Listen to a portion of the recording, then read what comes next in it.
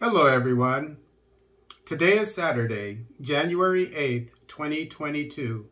3 protesters shot dead in Sudan anti-military rallies. This article is taken from Voice of America. Security forces shot dead 3 protesters and fired tear gas in Sudan on Thursday as crowds thronged Khartoum and other cities in more anti-military rallies, medics and other witnesses said. At least 60 people have died and many more have been wounded in crackdowns on demonstrations since the coup in October that interrupted efforts to bring about democratic change, according to a group of medics aligned with the protest movement. The people killed Thursday were all protesters and died from shots fired by security personnel during rallies in the cities of Omdurman and Bahri, across the river Nile from Khartoum, the Central Committee of Sudanese doctors said.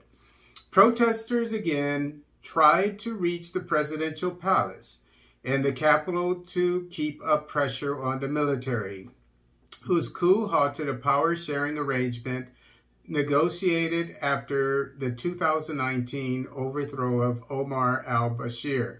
There was no immediate comment from authorities, who have justified the coup as a correction needed to stabilize the transition.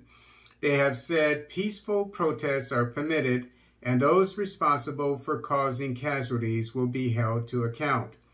In Omdurman, where several protesters have been killed in the past week, a protester said that security forces fired live rounds and tear gas and ran over several protesters with armored vehicles.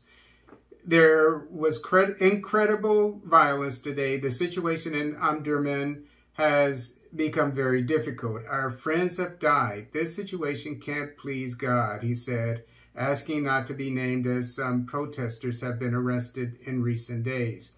Khartoum State's health ministry said that security forces raided Arbin Hospital in Omdurman, attacking medical staff and injuring protesters, and that the forces besieged Khartoum Teaching Hospital and fired tear gas inside it.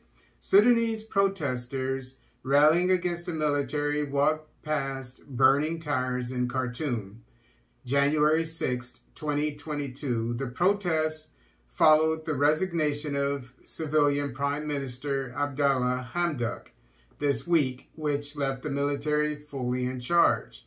In Bahri, a witness saw forces use heavy tear gas and stun grenades, with some canisters landing on houses and a school as protesters were prevented from reaching the bridge to Khartoum. As in previous demonstrations, mobile phone and internet services were largely cut from late morning, Reuters journalists and NetBlocks, an internet blockage observatory, said. Most bridges connecting Khartoum with Bahri and Omdurman were closed. Images of protests in other cities, including Gadaref, Kosti, and Madani, were posted on social media. The Forces of Freedom and Change coalition, which had been sharing power with the military before the coup, called on the UN Security Council to investigate what it described as international killings and raids of hospitals. In Khartoum, protesters tried to reach the presidential palace, but security forces advanced toward them, firing frequent volleys of tear gas, a witness told Reuters. Some protesters wore gas masks, while many wore medical masks and other face coverings, and several brought hard hats and gloves in order to throw back tear gas canisters.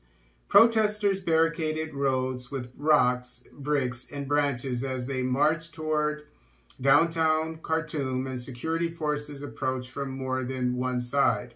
Motorcycles and rickshaws could be seen taking away injured protesters. The protests, the first of several rounds of demonstrations planned for this month, came 4 days after Abdallah Hamdok resigned as prime minister.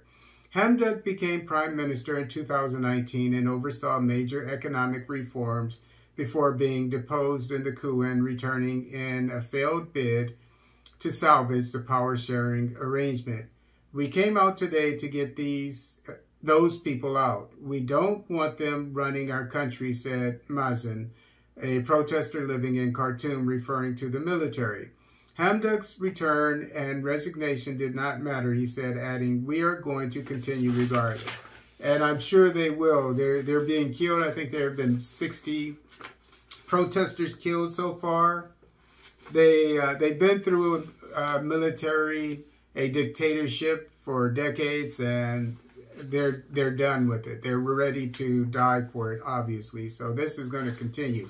But the problem I have is, when you look at what happened in Ethiopia, when you had the religious scholar, Prime Minister Abiy, whose government came under attack by the TPLF, who were in charge before he got in charge for 28 years, 27 or 28 years, and were jealous of him because they had, they had abused their power, and he was turning things around to share the wealth with his constituents, and so they started a war, which the West kept lying about, saying that he started it.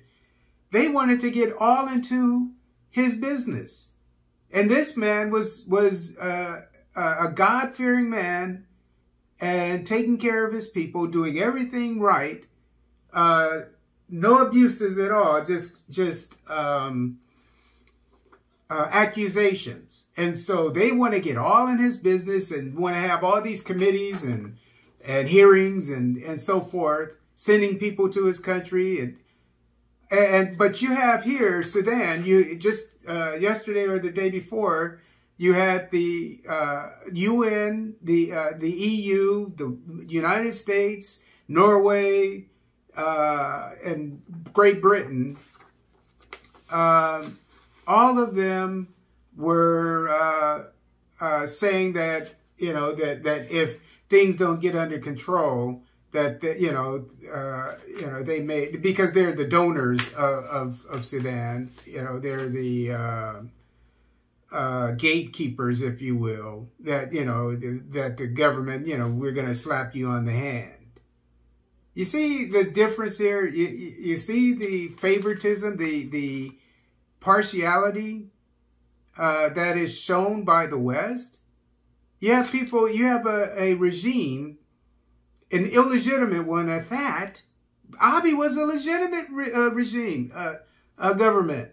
And they wanted to get all in his business. But here you have people running amok, these this junta, and they don't want to do anything about it, but just warn these people. So it shows you the hypocrisy of the West once again. And I hope everybody is getting this point.